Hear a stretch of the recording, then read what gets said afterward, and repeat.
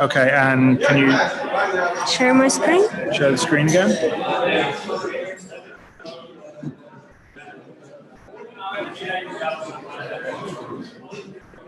I think it's this one, but it's global team. No, it's not this one. Is it not the YouTube video? 1, 2, 3, Test. Du hörst mich. So Maximilian has different presentation now. Maximilian changed. Max is coming later, so Han is continuing to do his next. Okay, so I'll just copy paste this here. Yeah. Perfect.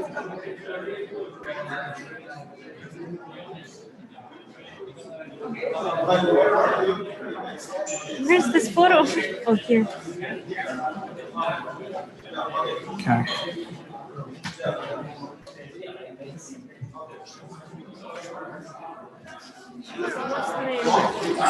What's the name?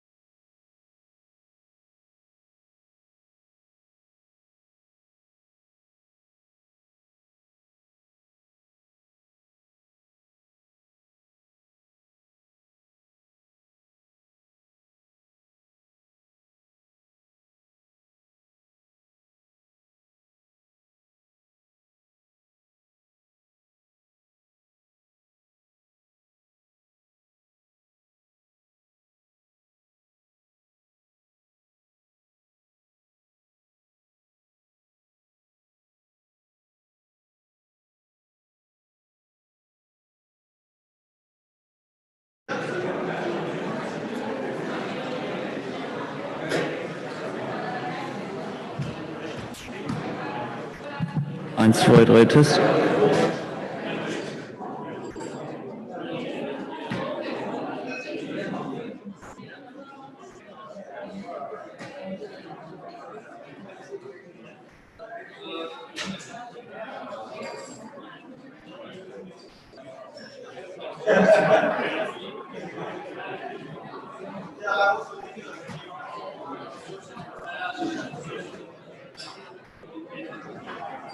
Hallo, hörst du mich? 1, 2, 1, 2, 3, 1, 2.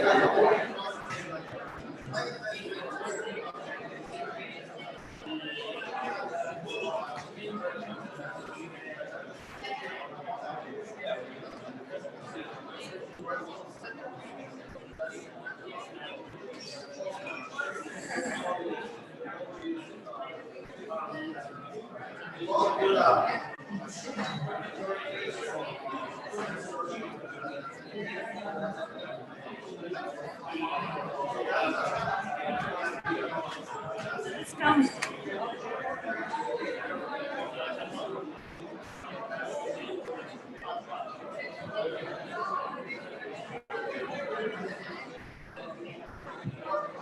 Check the sound. I just gave you permission.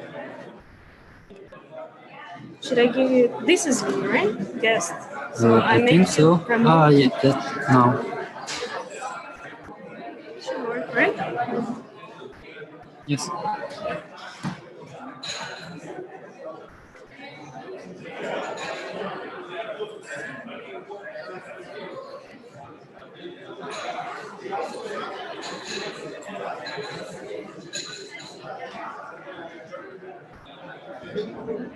Check, check. 1, 2. Check, check.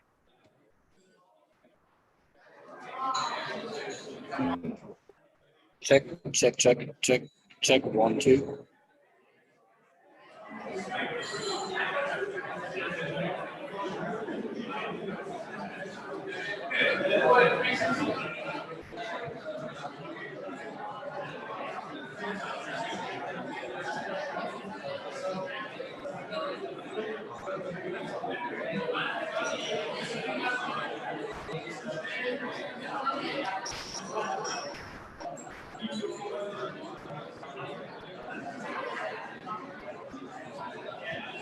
1 2 check check hey yeah check 1 1 2 check hey check check 1 2 1 2 check check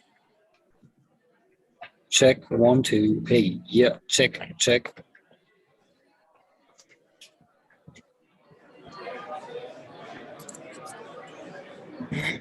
check check hey yeah 1 2 1 2 check check check check check hey yeah 1 2 1 2 1 2 check check hey check check 1 2 check hey yeah yeah.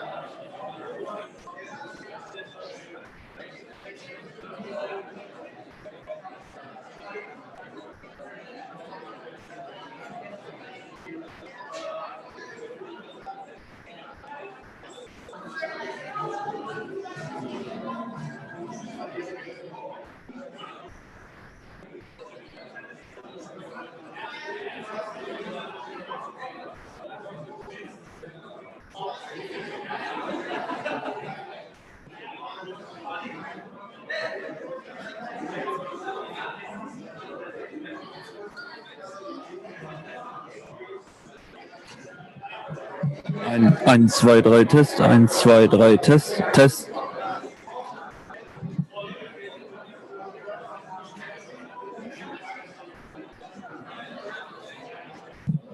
Eins, zwei, drei, check, check, check, Test, 1, 2, 3, 1, 2.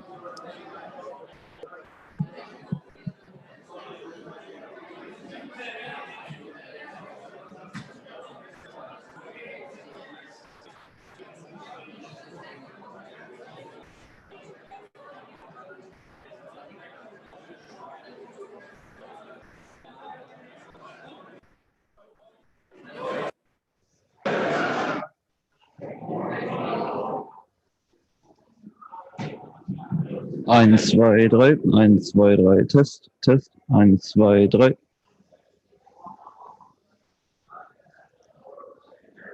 Check, check, check, check, check.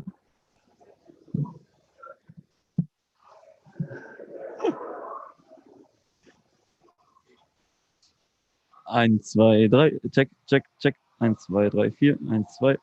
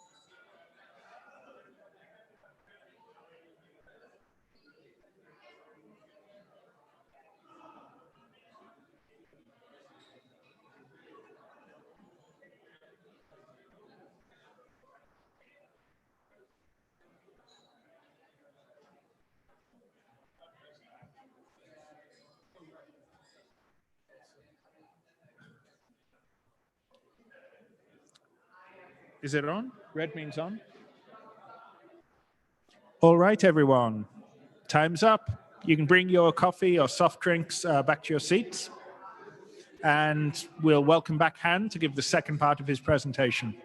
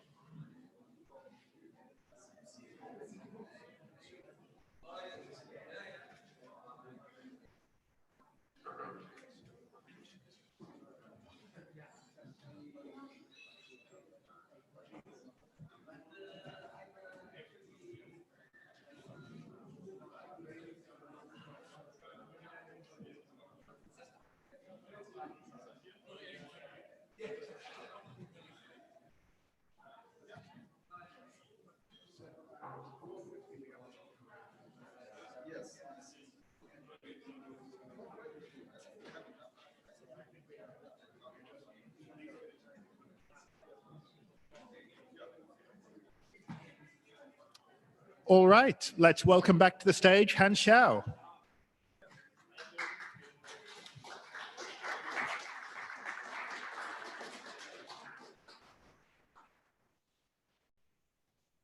Okay, cool. Yes, so this is the second part of my talk where it goes a little bit hardcore. And I want to talk about the age of transfer learning and AI engineering. And this seems very like random, like where is this, why the CEO is suddenly giving a technical talk during the celebration event of Series A.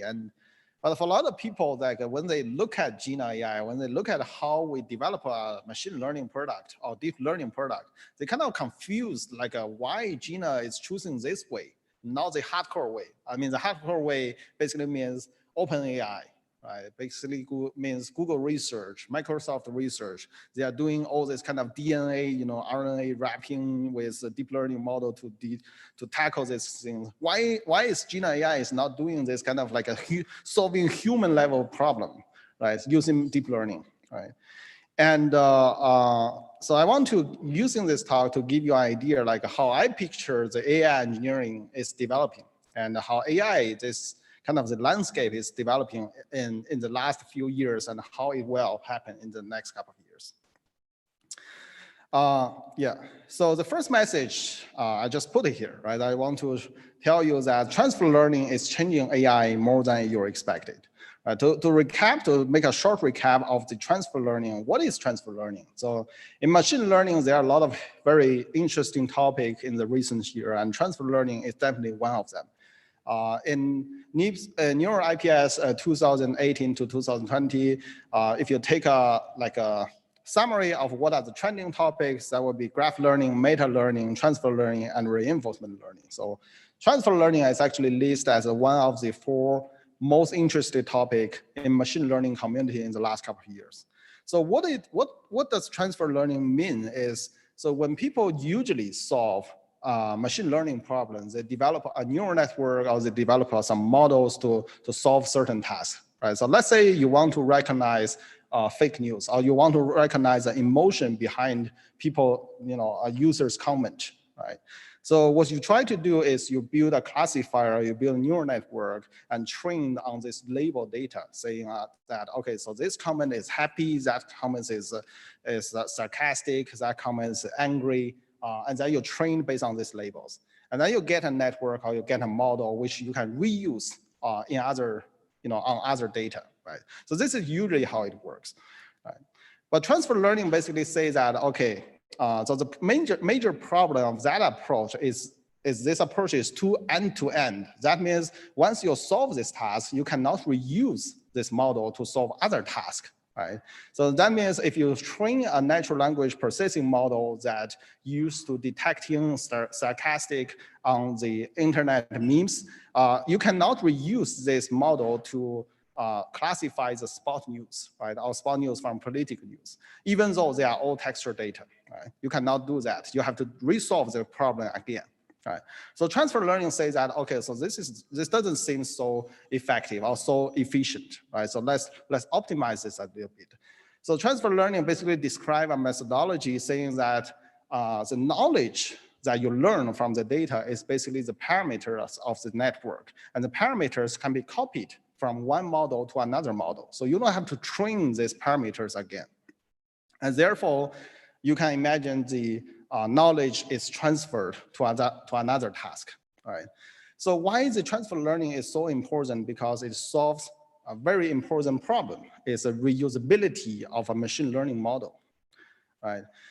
Okay, so let's just put this conclusion here that transfer learning solves the reusability problem, and let me just bring another topics up, right? Another models up is the Google BERT model. So Google BERT model is a natural language processing model that Google announced in 2018 in September. So it basically provides a very state-of-the-art deep learning model that can be solved, that can be used on a lot of natural language applications, right? So what it does is basically decouple the previous end-to-end model into 2 parts. The first part is called pre-training, and the second part is called fine-tuning, right? So that's kind of the Google BERT has a lot of like internal technology, internal technical stuff, but this is the overall philosophy is most important. It tries to decouple the previous end-to-end pipeline into something that you can you can reuse, right? And the reusability is actually very surprising. So you can basically train one model and reuse it on different places. So for example, when I worked at Tencent back in 2018, so I built something called Bird as Service, which basically using wrapping bird as kind of a SaaS, right? And then people can query the service and then use the pre-trained model to do a lot of things, like from detecting the scam, recognizing, classifying the news, and a lot of things, right? So one model, and then you can solve a lot of downstream tasks. So this is a very, very, very good result, and it generates a huge impact in not only in machine learning, but in general computer science. After people using BERT and they say, okay, so BERT is very powerful, and a lot of researchers start to migrate the idea of BERT into other domains, such as computer vision, such as audio, such as sequential data, like molecule, DNA, and so on, right? And so basically this is what happened in the last 3 or 4 years. Is basically people using transfer learning, and it solves the reusability problem of AI. Right? A lot of people will ask, okay, so it solves the reusability of AI, so what, right? I must say that reusability is a super big deal in human history, right? So if you look at our human history, whether it is about a caveman using hacks to kill animals, but also like using hacks to build house, right? Whether it's about steam machine, whether it is about software engineering, whether it's about recycling the rocket, right? And in the space size, it is all about reusing something for another purpose, right?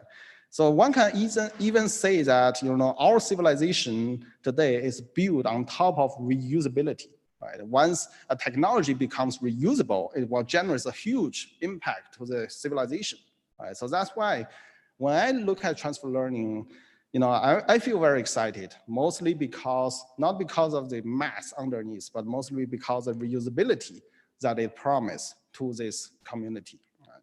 So remember these slides, because these slides will appear in the later. Right? Okay, so how does it change the AI landscape? We talk a lot about this, transfer learning, good part, do something to the civilization, solving the reusability problems. That's a good part. But it also poses a lot of problems. Like, for example, training a model becomes super expensive. There are not so many researchers or labs or institutions is able to do that anymore. So if you compare the first machine learning or first deep learning model that proposed in 2011,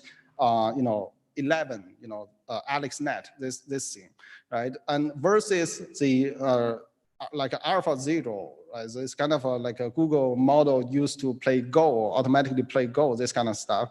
The training cost is like 1,000 times higher than before, right? It is super expensive for a lot of people just to try. Just to train this model from scratch, right? So that gives, that generates a lot of consequences. One of the consequences is that previously there were a lot of machine learning engineers, machine learning researchers working in building a new model from scratch, right? So let's say I want to solve a problem, I need to build a new model to solve that problem. So what I call them is working in the 0 to 1, this kind of innovation. Right. They want to use machine learning to solve, to build a hardcore model and to solve a fundamental research problem. But given that, the transfer learning and also all this super big model making the training super expensive, a lot of people cannot afford that, right? They start to move or migrate into one-to-N innovation, which is focused more on the reusability and engineering. Right? So that is super true, because if you look at this supply chain, previously you have this machine learning engineer which can handle the task end-to-end. But now if you look at after the transfer learning or during the transfer learning age, so this is what happened in the AI supply chain. Right? So this is a graph that I plotted like in 2018, right? Before I even start this company.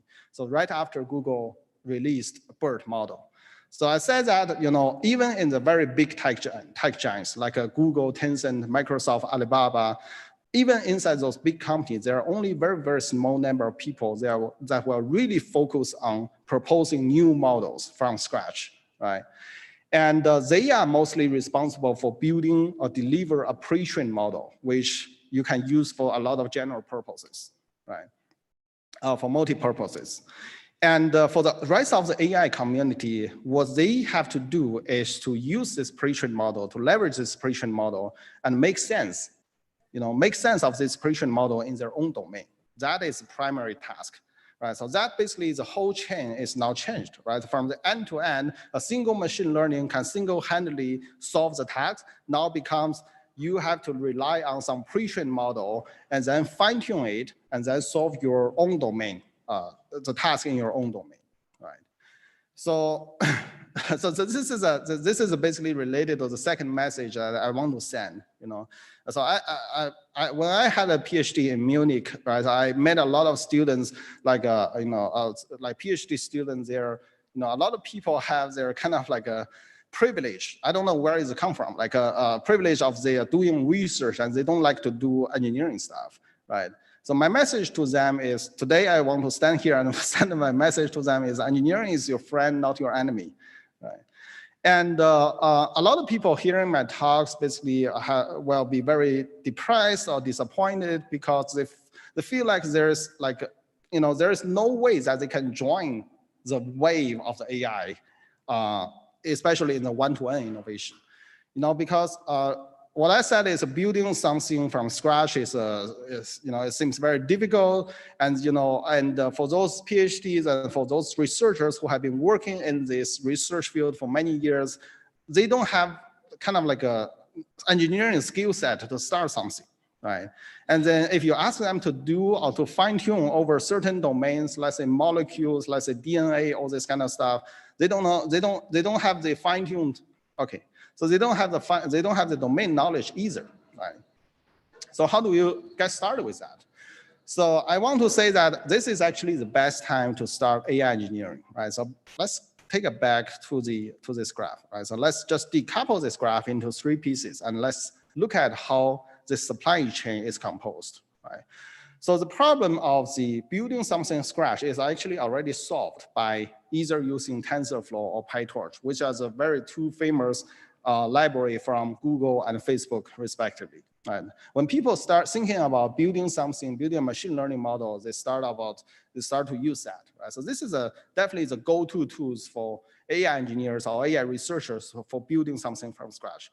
So today, if you want to provide a framework or provide a tools to allow people to build something from scratch, I would say the chance is very small, right? Because this market is extremely, extremely hard today, right? And so now come to the second stage, where I have to mention one of our very kind of a beloved, I don't know, like a competitor or rivals, right, is Hugging Face. I think the successness of Hugging Face is basically he catch what people really need in the age of transfer learning, right? So let's look at this graph, right? So what people really needs here is basically people need a way to quickly access the pre-trained model from everywhere. That's it. Are you saying that this is like an AI challenge? It is not. It's actually an engineering problem. It's mostly like a CDN. You want to build a CDN that allows people to download models from everywhere in the world, right? And also makes the whole procedure very smooth and easy. So if you look at the model downloading pre-trained part, before Hugging Face, people have to go to the university website, Google Research, Microsoft Research website, download a zip file, and unzip it and install CMake, all these kind of things. And then the best part is if you change it to another machine, you have to do this again, right? So, and after Hugging Face, what you only need to do is, you just import. It provides a very Pythonic interface. You just import the model and then encode. That's it. Right. So you cannot really say that this is about hardcore AI things, but Hugging Face managed to do that very successfully and solve this reusability problem beautifully, right? So that's why it started to take off, right? And when we talk about usability problem, right? So there is also, I have some thoughts, but given the time constraints, I will just briefly go over that. So I can share you a story where we have the Jina 1.0, which was developed in the last have in the last year, but it was not really successful, right? So let's be honest, right? So even though I stand here like talking about big Series A, but underneath we know that Jina 1.0 is not successful. It's not as popular as we expect it to be, right? So and then we start to think about what people really need. Back in 1.0, we designed Jina in a very sophisticated way that has many layers, like a kind of like a bragging, right? So we have so many layers, then what is the reason why not to use us? Right? It's kind of like almighty framework, right? So you can achieve a lot of things. But in the end, we realize that all these layers are meaningless to them, right? So it's just like you buy a burger, right? You want to buy a burger in McDonald's. Like the McDonald's never brag about the cheese or the sauce that inside the burger. It always says that, okay, this beef, this kind of like the burger itself is very high quality. It's a royal burger or whatever, right? But it never brags all the layers in the burger, right? So this is the same thing. When people build a neural search application, they don't need so many layers. If you introduce too many, if you expose so many options to them, people get confused, users get confused. And they don't have no idea where to start with, right? So that's why in the 2.0, one of the major decisions is to queue as many layers as we want, right? So it's to hide those layers that users don't need to know, and only remains that very essential layers that user must know, right? This is a very painful lessons learned, but once we achieve that, we achieve a huge success in terms of adoption. So finally, I want to talk about the last mile delivery, which is basically the last part of the AI supply chain, right? As I said, most of the engineers are working on using this pre-trained model and make sense out of that, right? So you can think about once you have the pre-trained model, you can of course do a lot of things. You can recognize the cats and dogs, you can recognize the sentence and so on, but it only gives you a very okayish performance, let's say 60%. You cannot say it's better than random guess, right? It's often better than random guess, right? But people are of course not satisfied with that. Once you achieve some certain level, people are hoping to get more. So that's why I see that the last mile delivery, right, the last part of this AI supply chain, it's a chance today. It's a chance of Jina today, and it's a chance for a lot of AI companies who are active in the transfer learning era today, right, is to work on the fine tuning. Right? Because I think it's a super big market. Because I think when people talk about fine tuning, they are not looking for tools such as TensorFlow or PyTorch or Hugging Face, right?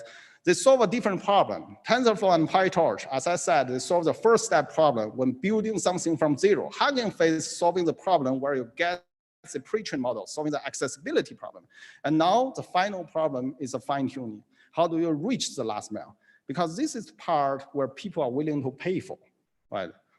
And people are willing to pay for high quality results, right? And I think the best fine tuner tools is basically the best tools that can give you very nice integration of human feedback and also domain knowledge in very short time, right?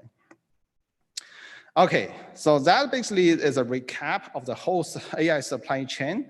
And I think our chance is as the last part, right? A lot of business, AI business, they should focus on the very last part of the fine tuning to really provide something that makes sense in their own domain, to let people make sense in their own domain, right? So after all this talk, if you are like a very hardcore AI researchers and still feel sad about choosing to do AI engineering, then don't be. After all, engineering is a big deal in the human history, right? From the caveman using hacks to the steam machine to the software engineering. So everyone sees the humor here because I reuse the slides of reusability, right? And present it here. Right. Okay, so here's also like, I guess I don't need that one since you're all laughing. Okay. Okay, that's it. And that's the end of my talk. Thank you. Yeah.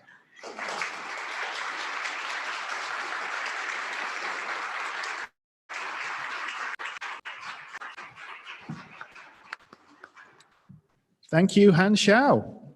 And now we have an upcoming presentation by Dr. Rainer Kraft. He is one of the founders of the Zalando Research Laboratory, and he'll be giving a talk on effective cross-border teams, which obviously is kind of a big deal for Jina because we're spread out so much. Okay, can you?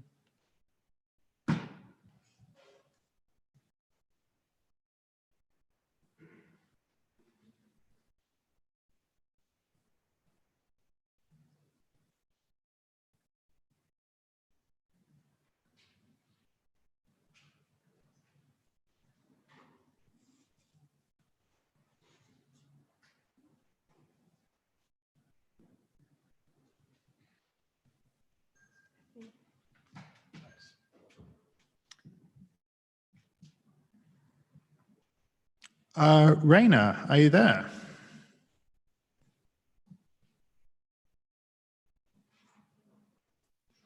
Hey, one sec, can you hear me now? Loud and clear. You can hear all of us? Very good. Yeah, I can hear and actually see it as well. That's great. So, can you see the presentation as well? Yep, loud and clear. Very good. Then, yeah, I would say I get going. And yeah, oh, it's great to also see the audience. Hey, guys. Yeah, it's pretty cool to see what technology is what's all possible nowadays. Well, I wish also I would have been able to join in person, but unfortunately that didn't work out. Nevertheless, the topic what I wanted to address is about effective cross-border teams. And some of the questions I wanted to address in these 15 minutes is some of the core principles of highly effective cross-border teams. How did actually the workplace evolve to where it is now? Some of the major challenges that go with it. What kind of leadership is required to support this new workplace?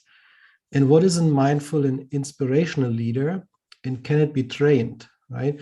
And so in general, then wrapping this up in terms of what is a good approach to transform to such a new workplace with highly effective cross-border teams and some resources. But actually, let's go back a little bit. I've just seen the talk from Han here. And this is actually how this all started was about more than now 2 years ago, also November, December, this time around of the year. And Han and I were meeting back here in the southwest of Berlin in some small coffee. And we talked about, at that point, I knew Han from before, from my times at Zalando. And he was talking about his vision around Jina and was in these very, very early stages of getting going on getting funding and figuring out how to set all this up. So this was an amazing time. And now see where things are nowadays with this big event today, and where Jina has basically been growing and now incubated and evolved in this position where it is now. So this is pretty cool. On my side, in the introduction, you heard I was a few years spent at Zalando. I also worked about 20 years actually in the Silicon Valley. I have a tech background. I studied computer science. And then in the 90s, when the internet was just getting started, I had the fun time to actually be there in the Silicon Valley and working at large companies like IBM Research and Yahoo, and then actually really shaping the whole internet. So this was really cool. Nowadays, 2 years ago, I started to do my own business as the founder of the Mindful Leader, focusing on tech sparring, leadership training, and also leadership coaching. But some of my accomplishments there was definitely, I'm basically a search guy. I spent most of my time while I was working in tech on search and also machine learning. And I did a lot of inventions. It's amazing when you get going on this, stuff can add up. And so I was a master inventor at IBM Research, Yahoo. I was also in the early days recognized as Tier 100 from MIT Technology Review. And I incubated here in Berlin then 5 years ago, Zalando Research, which is still there and evolving. It's great, the team, what they have already all achieved. And at the end, I'm definitely over the past 10, 15, 20 years worked as a tech leader on a variety of different challenges. So when I talk about highly effective cross-border teams, I definitely know what what I'm talking about, and in terms of things that I've noticed that work well and other things that may not work well. So just a flavor a little bit. But I don't want to talk too much about myself. So who's interested can check it out on my LinkedIn. But more important in terms of the content, what are really some of these core principles of highly effective teams and organizations? And if you go back in that year of 2009, basically, Daniel Pink published this work here, Drive, and was talking about purpose, autonomy, mastery. And I'm sure those of you in the audience who have been working for tech or still working in the tech world, which I assume most of you are, know those topics, right? On purpose. What is it that I'm actually going to do here, and why am I doing it?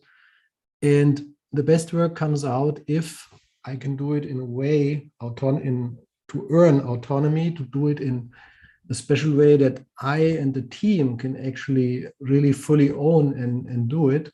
And then the idea of growing and achieving mastery is a critical piece. And that was already an evolution, because the motivation 1.0, this was these early days, was about survival. 2.0 more around the old management style, reward and punishment.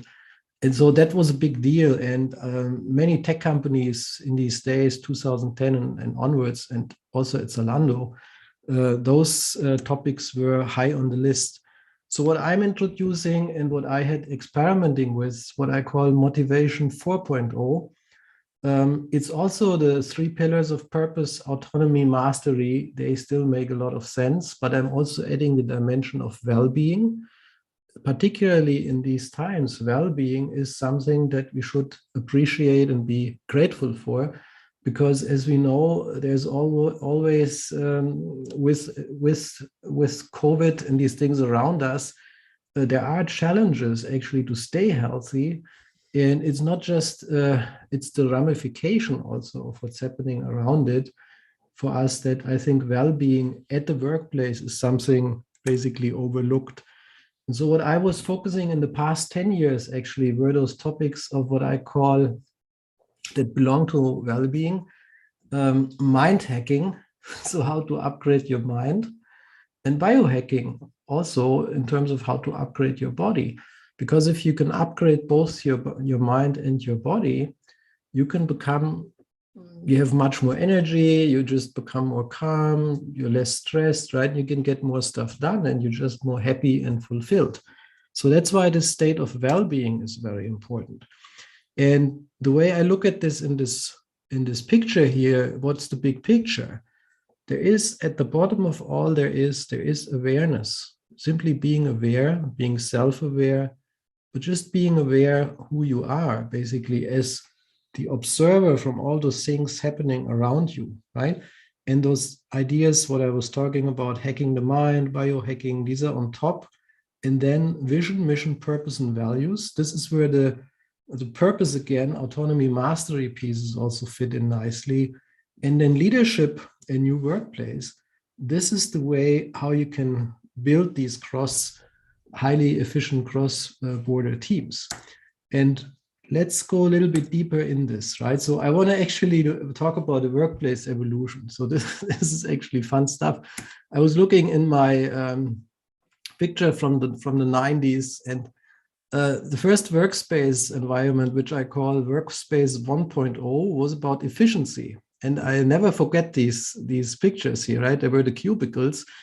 And some of you may have seen this as well, but maybe not, because they were at some point, you can see this, you can barely see through the whole room there, because all you would see is these big walls basically, and then everyone was in this little thing, and then I remember then the idea was to, because when I was at Yahoo, for instance, we were hiring like crazy and more people joining. And so we needed more space, but there wasn't more space. So the cubicles actually got smaller and smaller. And so got highly effective so that you can barely actually sit in these things. And you're pretty much isolated. It's like you go in your cubicle and then pretty much nobody could see you. So these were these early days. And over the years, what's happening, so this is still from Yahoo Office, what's happening actually there is you can see that the walls from the cubicles actually came down a little bit. It felt a little bit more open, but you could still see walls to the left and also later on to the right, so that groups like teams were usually trying to get together in a space like this. And so this was already an upgrade and it was evolving. But it took more time until Facebook was one of the first ones. I remember when they introduced these open workspaces. I call them Workspace 2.0. So it was relatively open, no cubicles anymore. So note this, there is basically this big room, they all sit together. And that was at that point the most cool thing, because then said, oh yeah, people can all hang out, they can collaborate. That's the next basically iteration.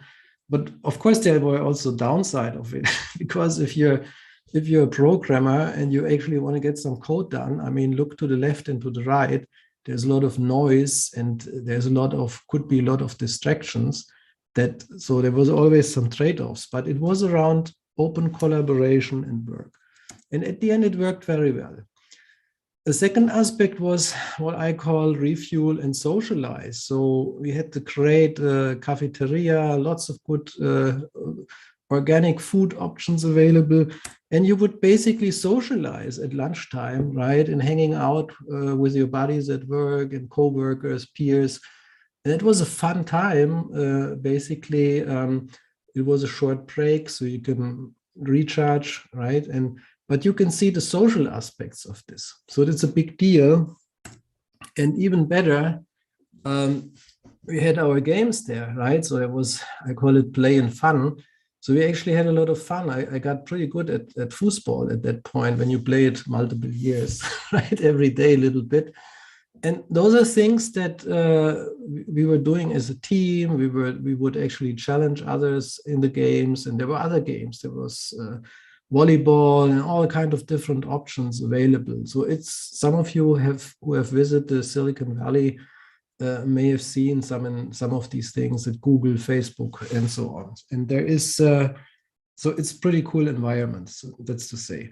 But now, particularly with COVID, things have changed a lot. And so the workplace, what I call now 3.0, the big thing here is actually the home office, right? Because many of you may stay most of the time in the home office, and usually companies then had to figure out how do we do this, figuring out some hybrid modes and how to get it done. But with the home office, there's a lot of challenges. And if you look at these pictures, I'm sure that you may see some of these challenges and experience them every day. It's not that easy. And but that's basically where we are. And so the key challenges are around really lack of social connections and informal communications, because what you were seeing before, like what I was showing you here, these type of things, or even here, when you had the possibility to walk on the hallway, you would run into other people, all that stuff is basically missing. Instead, what you see basically are these typical things over the course of the day. And then you basically see Zoom a lot, and that also is actually very demanding on your mind and cognitive function. It requires a lot of energy. People are Zoom fatigue. And then there is also uncertainty, fear, and so on that leads to increased stress levels. And the fusion of work and personal life is actually something that is not always a good thing. It is a challenge how to bring these things together so that you can actually also at some point have a cut, right? And say, that's it, work is done. And I now do some other things, but usually everything is mixed up. And so it becomes very blurry. And so those challenges at the end require in leaders what I say an increased level of emotional intelligence, EQ, and more present and self-awareness to support teams effectively, right? And so leadership has evolved or had to evolve. Otherwise, with these challenges, with now people working from home, working in different parts of the world, right? At Zalando, for instance, we had offices in Dublin, Helsinki, and of course other offices as well. But how you build then these cross-border teams or virtual teams. And so what's needed is what I refer to the mindful and inspirational leader. It's about conscious leadership or also new leadership.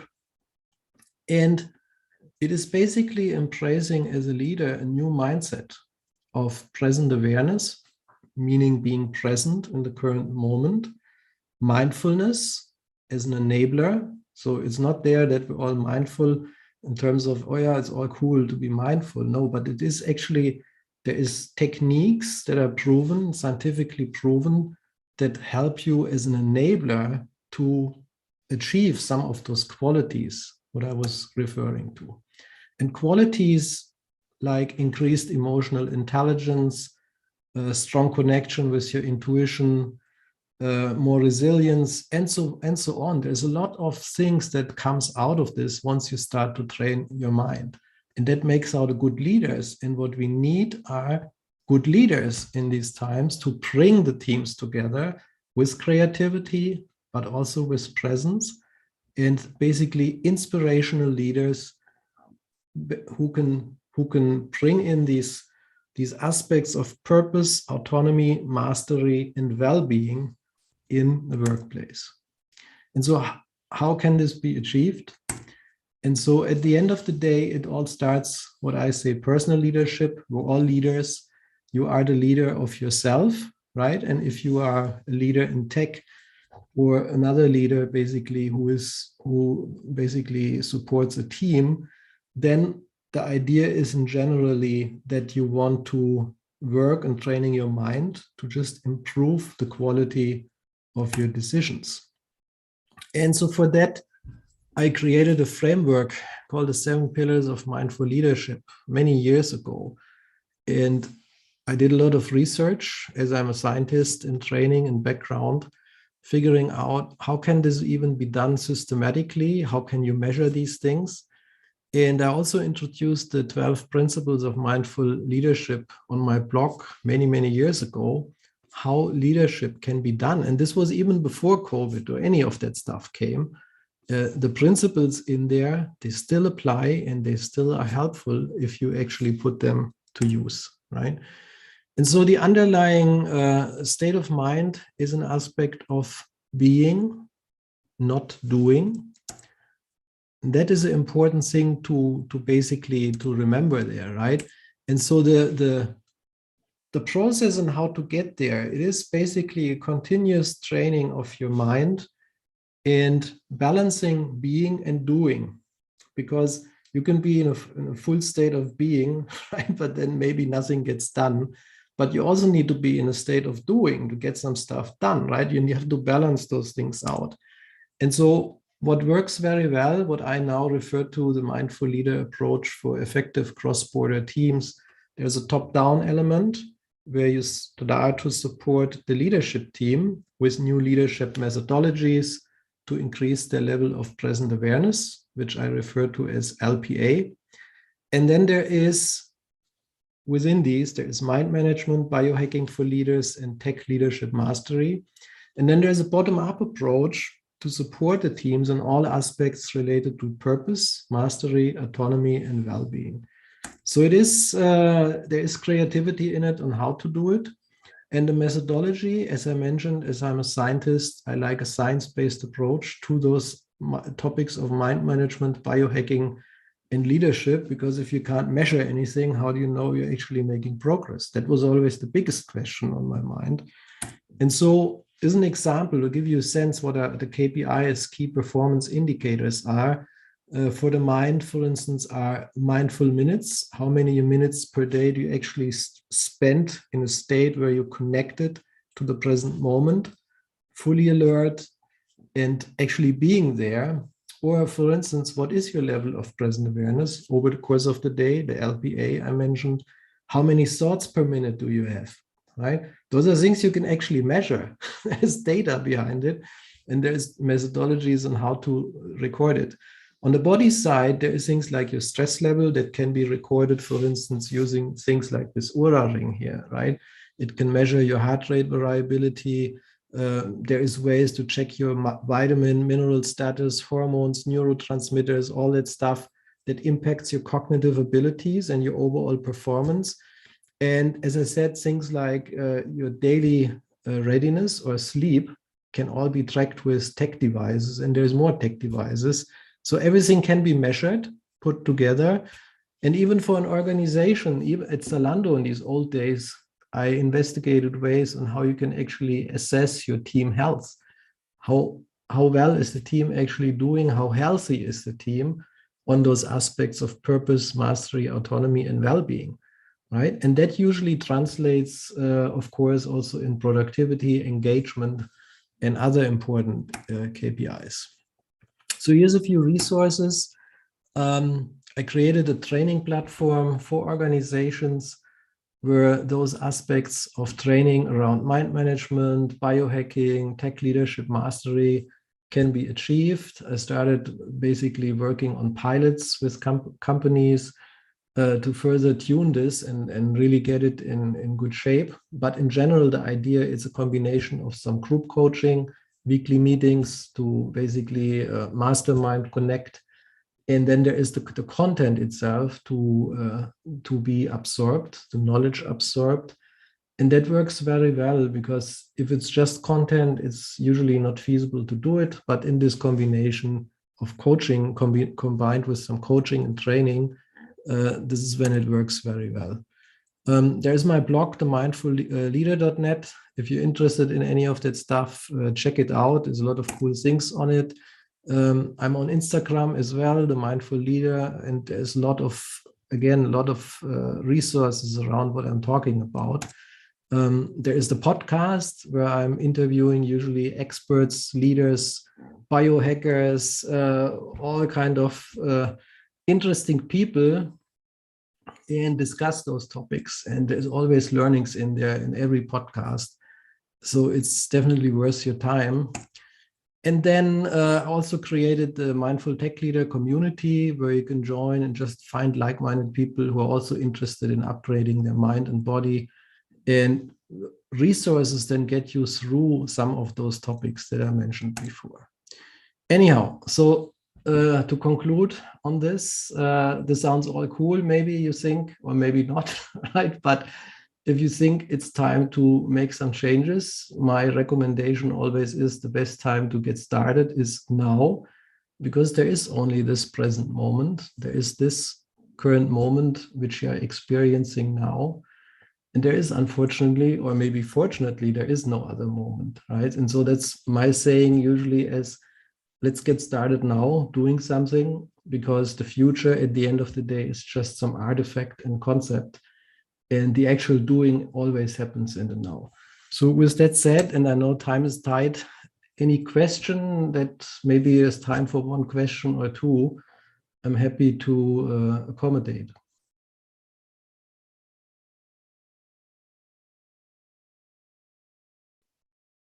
Okay, any questions from the audience?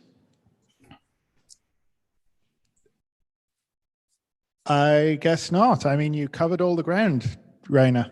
Very good.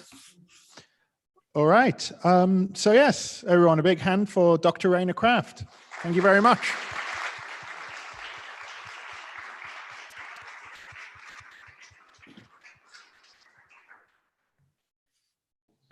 And check your phone.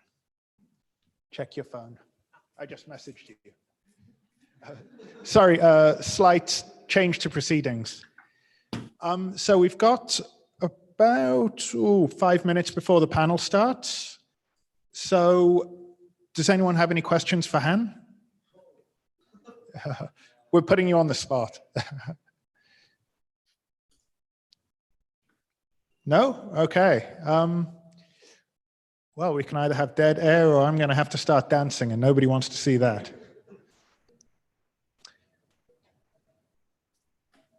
Are all of the panelists in the webinar?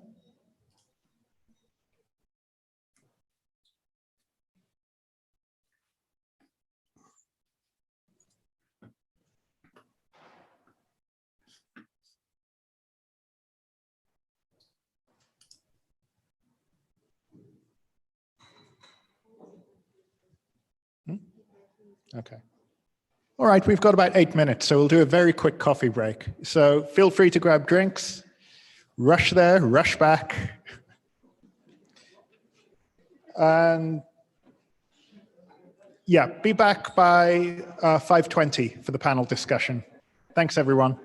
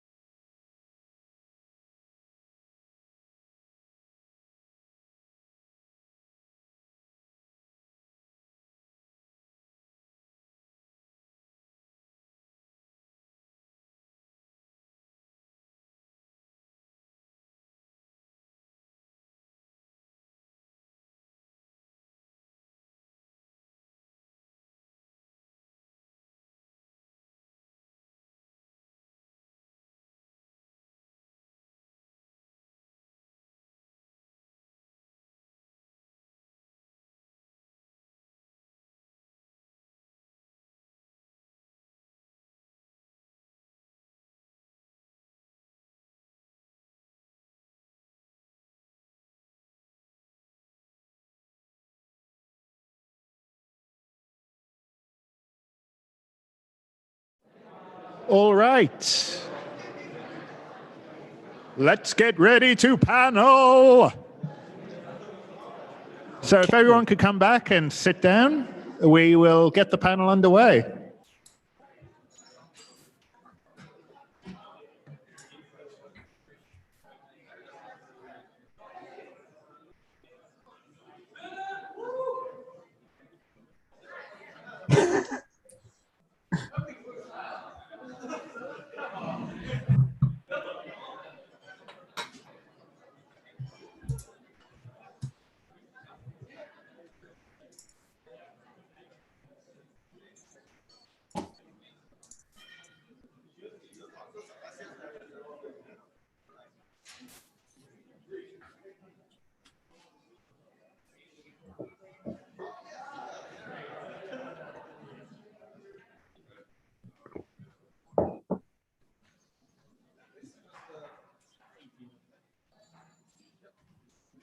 So I'll go in the middle. You go in the middle.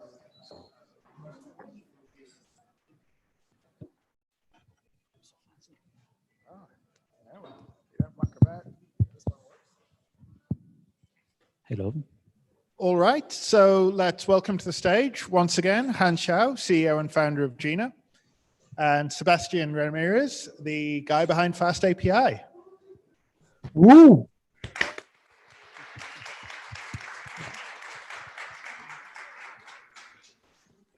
And up on screen, we've got Philip Valet, Community Success Advocate at Explosion AI. They're the company behind Spacey, which I'm sure you all know. We've got Dr. Ibrahim Haddad, the Executive Director at the LF AI and Data Foundation, which builds and supports an open AI and data community. And last but not least, we've got Andrea Volpini, co-founder and CEO of WordLift, which is a company focusing on the semantic web and AI. Great. All right, so I'll start by asking some questions. We'll try to keep it to about 40 minutes. And yeah, if anyone has answers, just chime in. Right, so everyone, what attracted you to open source in the first place? And how did you get into it? Han? Okay, so so my open source journey actually started from Zalando, where I was a machine learning scientist back in the days, building a data set that is somehow more interesting for data scientists to work with. That back in the days, most of the data scientists, when they start machine learning, they start to use a very old-fashioned data set called MNIST data set, which is a bunch of handwritten digits. And back in Zalando, we have a lot of stock image on the fashion articles, right? So I was just looking at all these fashion articles. I was trying to build some stuff on that. And I just had an idea suddenly to make all this fashion image kind of like the handwritten digit so that people can start to work with. And that's kind of the first thing that I contribute to this open source community. And I remember there was a very interesting story, like when I built this data set, right? So like I kind of like share it inside the company, and a lot of my colleagues really like it. And we were thinking about, okay, so whether if our colleagues really like this data set, whether we want to push it to the outside, whether we want to publish that. And I told my boss, my German boss, and he was very, on the conservative part. And he said that, yeah, those big shots, they won't give a damn about your data set and so on, this kind of thing. And there was a lady from US. There was a very young lady from US, and he used to work in New York Times. He's kind of like a journalist by training. And she told me a lot of very like American story, right? So it's kind of like how he gets a garbage on the street until he's sitting in the New York Times office. He says that you can do anything, right? So just for example, you can just add this big shot, machine learning big shot on Twitter, right? So that's her suggestion, right? So when I released this data set, when I announced this data set, I did what he said. did what he suggests me to do. I basically add Yan Lagoon, which is a very big, kind of big shot in machine learning working at Facebook, right? And he was actually the creator of Amnis dataset. And he actually likes my idea, and he actually shares this inside on his Twitter and also on his Facebook stream. And that makes this data set super viral, right? So until today, on Google Scholar, when I publish this data set, I also publish a paper that supports this data set.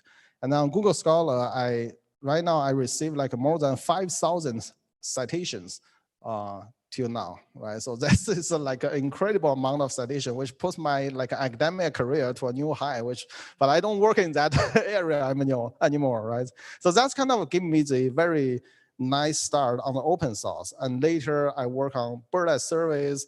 I work on other like an open source project, especially on the machine learning related part. So that's kind of but if I go back and see where the journey all start from, it's actually from that American young lady that asked me, tell all this kind of very motivated story about his, American success. Right. Thanks, Han. And yeah, Sebastian, how did you get into open source? I think I started on web development. I think one of the first approximations to open source was actually editing stuff in the Mozilla developer networks, which just was not really like open source. It's kind of a wiki, but it felt to me like, oh, this is like so important. They want to accept whatever I'm saying here, and they actually accepted it. And it was like, oh, this is so weird. Like you can contribute back to all these things that I'm learning from and that I'm using. And then at some point, like I was just like working and using a bunch of open source tools, and I needed one little thing that was not working correctly. And I was always, of course, assuming I was wrong, because most of the times I'm wrong, and most of the times it's my bug. But I kept digging deeper, and at some point I realized that the tool that I was using had a little error, and then I ended up just like trying to fix it, and it kind of worked, and it worked for me. But then I saw that the official one didn't have that thing working, and then I just say okay, what if I try to propose this thing there? And then they just accepted it, and they, I don't know, I think at some point I ended up being the main maintainer of that very strange and weird tool that I was using. And it was like, I don't know, it's, oh, this is so cool, so amazing. Like I can contribute back, and I can build things that others can use and others can benefit from. That was, I think that was probably one of the first things that brought that spark of I don't know, happiness of helping others and building open source. I think so. Very cool. Anyone from the panel want to chime in?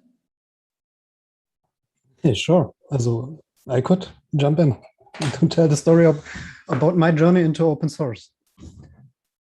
For me, the starting point in open source was in the 90s. So it was Linux, and it was SUSE Linux, which one is also commercial Linux distributions beside Red Hat, but it was more popular in Germany, and also in Europe, not so in America. And my father had a computer firm. He founded, and he is also the founder of a user group for the personal computer in the 80s. So computers were always around me in my environment. And I'm growing up with a computer. I had my first computer in the age of 5 or 6. And yeah, there was novel NetWare and also Windows NT as server systems. And then there was this time frame, this new operating system from this strange guy coming in and getting popular and more popular. And it had this charm of sharing community, and also these aspects of some kind of communism, because there is a guy who's throwing out his source code, and it's open to everyone, and everyone can contribute to it and build stuff with it and implement things around it. And there was Microsoft, and it was a time of, I guess, from Steve Ballmer. And at these times, Microsoft wasn't open for open source because they are strictly shareholder driven, and also they're seeing in open source or in Linux some kind of competition. They have to fight. So they have to fight for their server shares on the market. And yeah, there was this cool new stuff where you're getting a handbook with 1,000 pages, and 7 CD-ROMs, and that was your starting point. And then you were able to start. And in SUSE, this was memorable because there were 2 eyes on the left on your screen which are following your mouse, and that's fascinating me about that was my starting point. I was a child at this time, and that was my first contact with open source. And from there, yeah, then working in this environment and doing IT stuff, and also the Chaos Computer Club is in Berlin, and then this time frame where the party of the pirates in Berlin was very popular, and there was also a lot of open source crowd in this area or around these people, and that was my starting point also for open science. So I'm coming over the vector from my childhood, my first contact with Linux, then starting my interest in open science, and from open science into open source, because you need open source for open science. Yeah. And do you still run Xeyes on your desktop? For sure, no. But I miss them. Okay, would anyone else like to answer? I mean, about your background in open source, not do you run Xeyes? I can quickly give my my side. I started with open data. That was kind of the beginning of it. I was working on the website of the Italian Parliament, and all of a sudden they decided that it was time for releasing some of the data as open data, and then this data became linked data, and then the infrastructure for linked data was primarily open source, and so we started to work in this environment where you build things together and you do things with research. But at the beginning and also at the end of my experience, it's always like this idea that, you know, we build tools for sharing data, and this data is kind of central for evolving what we're doing. Excellent. And Ibrahim? Yeah. Hi, everyone. Thanks for having me on this panel. I think, you know, unlike Philip, who started very young, my first computer was when I was 18. And I was going into college, and it was running Windows 3.0, 3.1. So it was delivered to my parents' house where I used to live. And, you know, I was so happy with it. And 30 minutes later, I was super bored. I didn't know what to do. And, you know, within a couple of weeks, starting college, you know, my college professor, who was coming from CMU in the US, he handed me a box of floppies, and he's like, you know, this is Linux, and everybody should be using it. And this was it for me. And, you know, I had I remember it was a thing called Partition Magic, slice up my disk, put Linux on it, and back then there was no distros really. I mean, it was floppies. And, you know, within a few months from that, I was submitting my first patches to fix drivers in the Sound Blaster. I don't know if anybody, I don't know if they're still in business, but to a Sound Blaster, they had a lot of problems with their, you know, audio cards. And anyhow, so this kind of was my beginning. And I was really fascinated because, you know, I come from a very small country. I'm from Lebanon. I'm actually speaking to you from Lebanon now. And the ability just to talk to people in, you know, in the US and in different parts in Europe, and have them look at the code I'm submitting. And there was no GitHub, there was none of it, like really old stuff. And it was just amazing that, like, I'm this guy from nowhere in the middle of like this tiny town from this unknown country, able to talk with people in different countries and see my code being accepted after a lot of iterations. I mean, it was just amazing, and that's what kind of hooked me. I'm not a developer anymore, though. Kind of my career transitioned quite a bit in, you know, 25 plus years, but that's what got me into open source. Thanks, Ibrahim. Looping back once again to Xeyes, because I'm never going to stop talking about that. What are some of the open source pieces of software you use and love on a daily basis? Sebastian? I use lots of open source. Like I think like everything from the software I use, from the libraries I use, to the tools that I'm working with, like my operating system is Ubuntu, and like the application to take notes and synchronize them with the phone is Joplin, which is just another open source thing. The thing for managing passwords is also open source. Like, I don't know, I use open source for everything. And it's just like a big rooster of things that I really like in open source. Han? You can't say Jina. I use Fast API. Yeah, but so I'm just thinking, pop up in my mind, when I think about all the consumer apps, right? So like daily apps I use on my iPhone and I'll use on my Mac. It's not, I cannot have something like just pop up in my mind. But what I usually want to love to check is I always go to the app and then check their about and then check their license information and then check how many dependencies they have on open source. And you will be super surprised that sometimes you have to scroll the list for super long time to see the full dependency. And that's actually what always inspire me and power me to do open source. Sometimes you see the iPhone, if you go to iPhone, you go to about this device and check their license dependency, you see tons of open source software that powers this iPhone or Mac OS, right? Even though these are already commercial software. But then you see that how many intelligence, how many people that sacrifice their time, their after work time on building this open source thing and make this technology like on the human level shareable. Right? So this is really astonishing to me. Yeah. And I'll open it up to the panel, the virtual panel. Favorite pieces of open source software that you use and love? I can say Jina AI, so we take it out of there. Jina AI, Fast API, and Spacey. That's my list. I like to hear that. Yeah.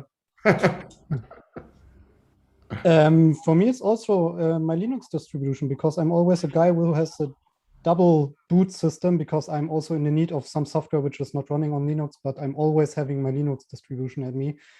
And yeah, for sure, Jina and also the Hugging Face stuff is some kind we are always using. Yeah. And also Redis. I highly recommend Redis. I'm using it in every possible project. So it's not possible in every project, but it's one of my Kraft tools or my backbone for messaging and Docker. Yeah. Docker also. Yeah, Docker. It's true. Ibrahim? Yeah, so this might start a war in here, but even on my Mac, I actually use Emacs a lot as a kind of an independent, because I don't do development, but I live in Emacs throughout the day for a ton of stuff. So I hope there are no Vim or VI people, listen. But yeah, this is kind of it's incredible because all the shortcuts, everything is like the memory muscle on my fingers is just so embedded. Like it's just automatic behavior after so many years in college and developing after that. So for me, it's Emacs. Oh, Ibrahim, and I thought you were such a cool guy. I still am, despite. The Vim people wanted to come, but they couldn't exit. So. Ooh. Yeah, I'm not going to get salty as a Vim user. Okay, nice. So yeah, what do you think is the biggest difference between doing open source as a hobby and doing it commercially? Anyone want to chime in? Han? Yeah, so I can talk about this because I've been working in open source in different roles, different roles. Working in open source as hobby, I will say there's three types of persons in the open source community. Right? So you can work as a hobbyist. Let's say you have a very decent work on day, and then after work during night, you contribute part of your spare time to work on open source, and you enjoy that moment. For example, contribute to fast APIs, solve some tickets there. So that's very nice because you enjoy it. Right? And then the second type of person is those people who are very lucky to get into Microsoft, Google, and then work in the TensorFlow or PyTorch or CNTK, those kind of open source project teams, right? So those type of person is also very they are kind of very happy because they, with this glory of open source and working as big tech giants are supporting them. So that's why I see the first two types of person are always very happy when they work in the open source community, right? And I used to be this two types of person. When I work at Tencent, I also I'm part of the open source program office. I basically moderate all open source projects from Tencent, in particular on the AI domain. So that's where I met Abraham, and that's why we have these connections back in the days, right? But working in big tech giants in the open source project has one thing is totally different if you create an open source startup, is that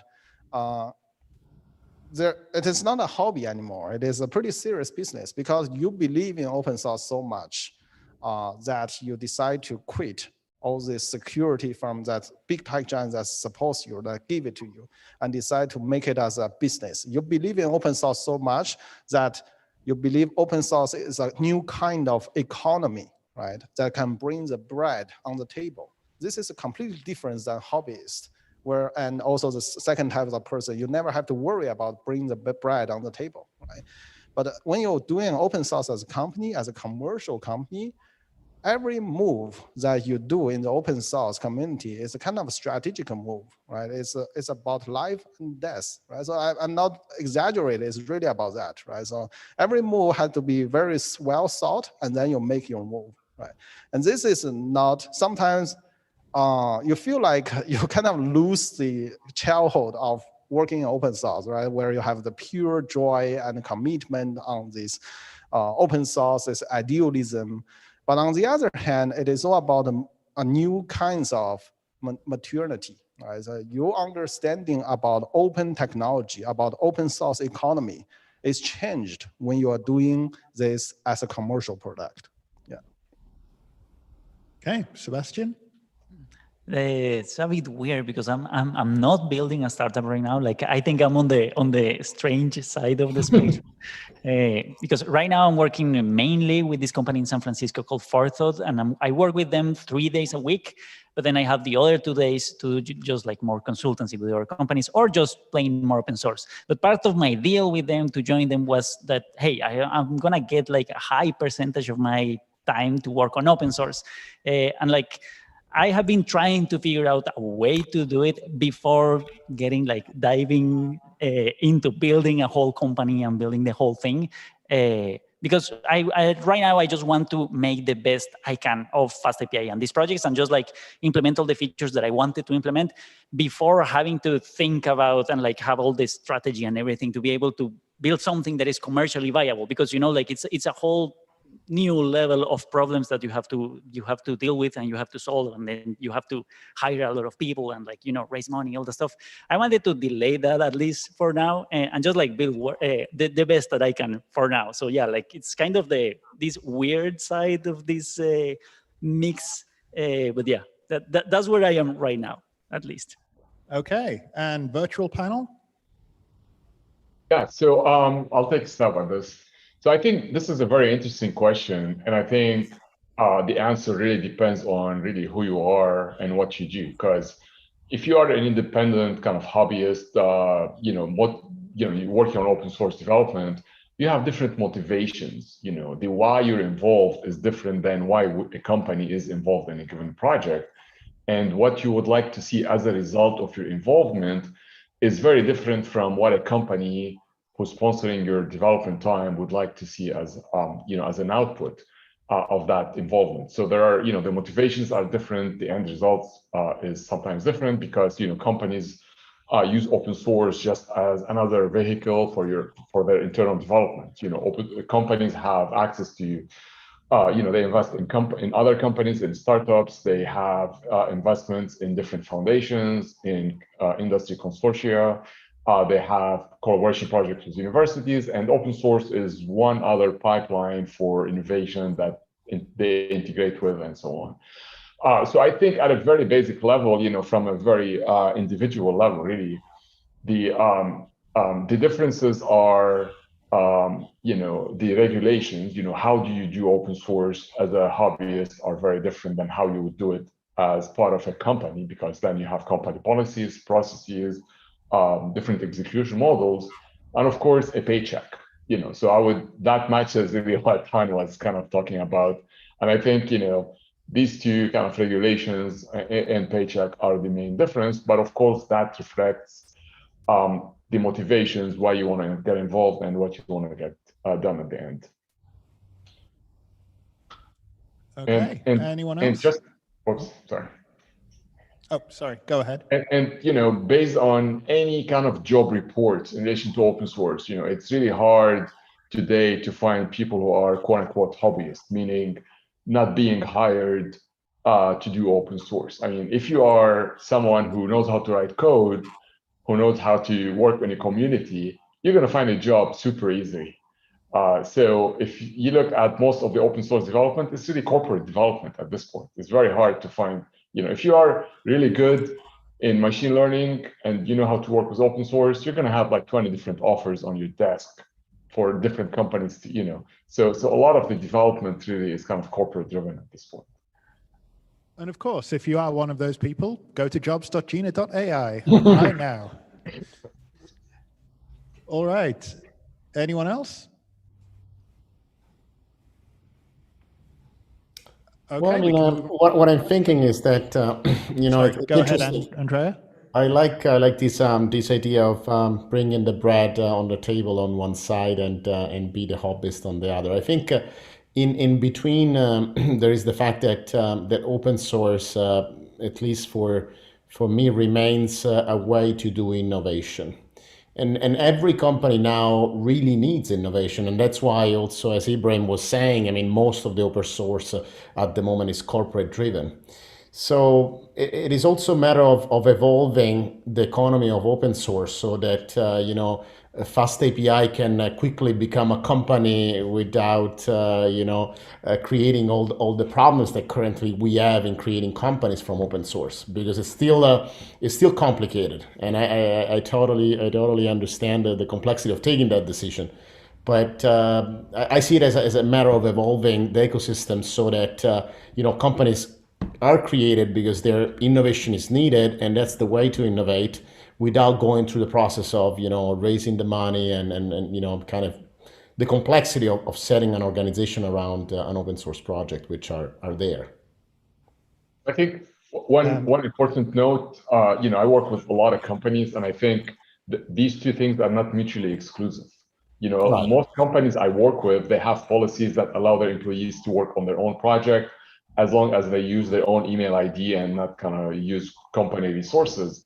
So someone can be working for a company on a given open source project and on their own time, cultivating their own skills and contributing to project they have personal interest in. Yeah, but it's always the fight between there is an aspect of you need to make money with your product or some kind of monetization as a corporate. And this misbelief from that open source is needed, that there is no money in it. So it's needed. So the people need the paycheck and need the bread on the table. And on the other side, we have to fight for, again, that companies jump in using open source to getting bigger and then leaving the field and having some kind of closed software. So only using open source as accelerator for their own products. Okay. Oh, by the way, people watching at home, if you have questions, just put them in the Zoom chat and we'll get to them a bit later. If you could go back in time and change one thing about your journey in open source, what would it be? Anyone want to take that? Han? No. I'm putting you on the spot here.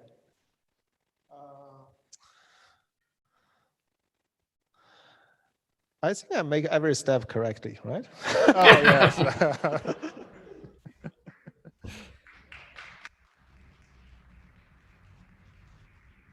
Well, I mean, we have just had a giant investment, so I'd say, yeah, fair enough. Sebastian? Yeah, I don't know. Can you hear me? Oh, yeah. Yep. I don't know. I will probably go and tell myself, like, hey, yeah, like if you're solving something and you're improving something and it's like helping others, it's probably worth doing it. And like it might, if it's gonna help others and there's no one else doing it, it's probably just worth doing it.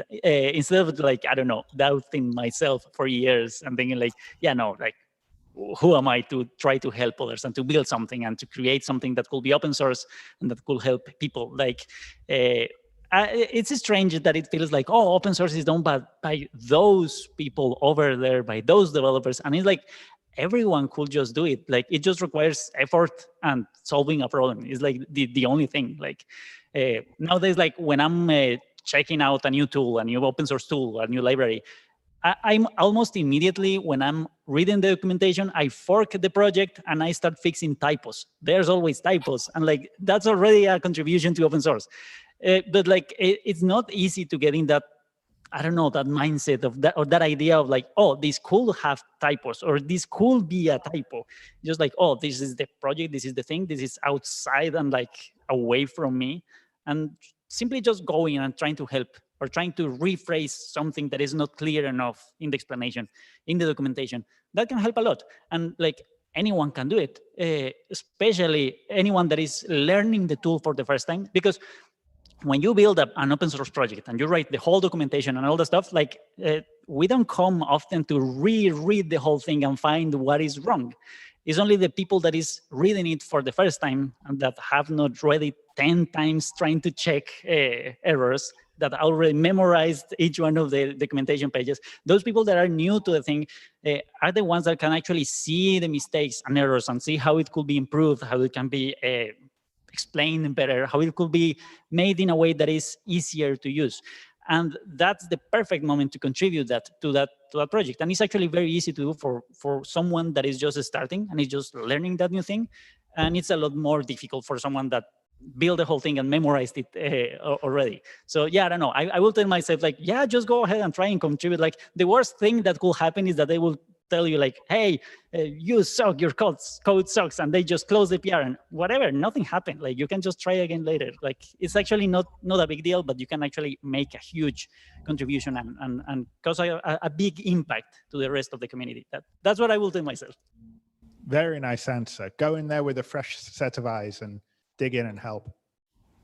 All right, to the virtual panel. Philip? So if I'm able to go back in time, that's the question. I would go back in time and make a fortune and put all my money into medical research, because I have the feeling that we are making not the same progress in the medical field as in other fields of our society. That's my feeling. Maybe I'm alone with it. But from what we have from breakthroughs in machine learning and also in technology, and from a feeling it's lagging in our medical or parts of our medical research, because okay, now we have COVID and there's a lot of research ongoing and it's incredible how fast they are.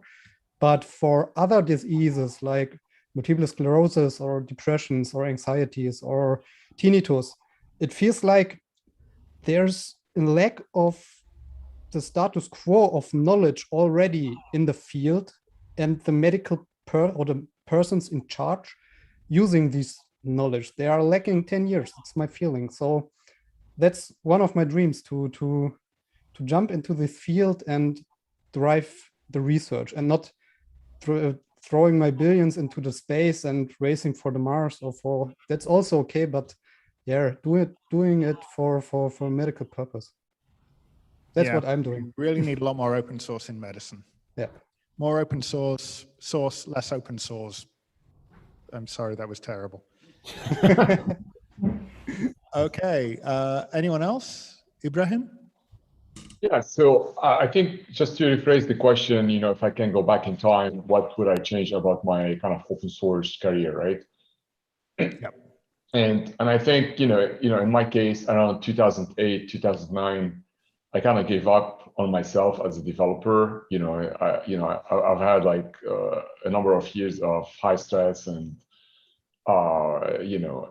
really super dense years in terms of development, and I decided, I need a break and I need to change kind of my path. And now I sound, a lot of times, I go back and I see that, it might not have been kind of the best career choice, given how, if you're like a very well established developer and so on, you can be doing so many more interesting things. So I think what I would tell people is, improve your skills, focus on yourself, and develop yourself as time goes by. So you don't kind of have to pause in time in the future and think, hey, I wish I'd done that. Okay, and Andrea? I have no regrets. I'm fine. No, what would I do? I mean, I think after working a lot on development, and I start, as I said, on the web and content management. Then for a few years I stopped, and I focused more on kind of developing companies and businesses. And then I stopped developing, and that was a mistake, because then I started again and I was too old. But coming back, I would just have keep more focus on kind of improving the skills and having fun with development time, which I'm having now. But but it's a good thing you're back. I'm back. Totally. It's interesting to see, because for many people it's the change. They're starting as developer and then they're building like Hamid. Right. So I'm actually working on the other side. I'm coming back because I believe that this is also something that society needs.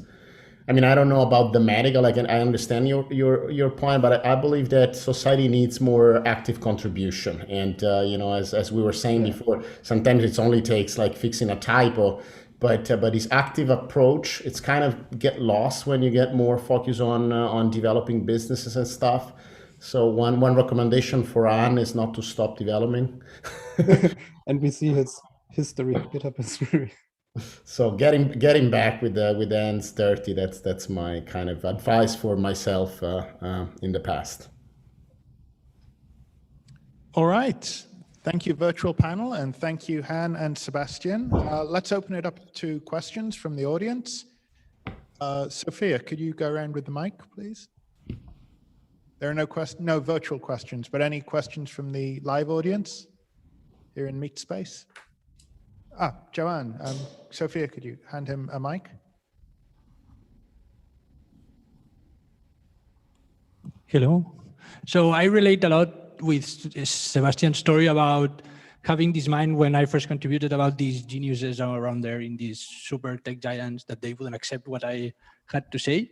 And I wonder if there is something we can do to lower the bar or make it easy for someone to feel that what they can do and that there are no geniuses or just really a few of them, and that any contribution is valid.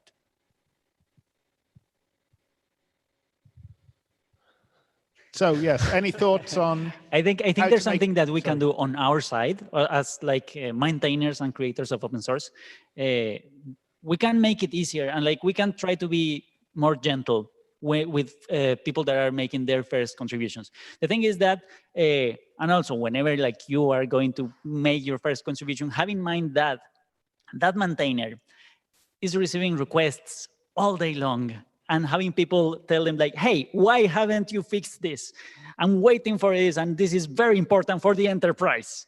And like, you are doing it for free, but like they come with this, sometimes some users come with this entitlement, and like it's like a very bitter approach. And I feel like that makes maintainers a bit bitter, because if you see in the issues, in the GitHub issues or things like that, like you see mainly the bad stuff, the things that are not working, the things that are having problems, the problems that users are having in many cases with their own code. But you see most of the problems, and it's more difficult to see what are the things that are going well.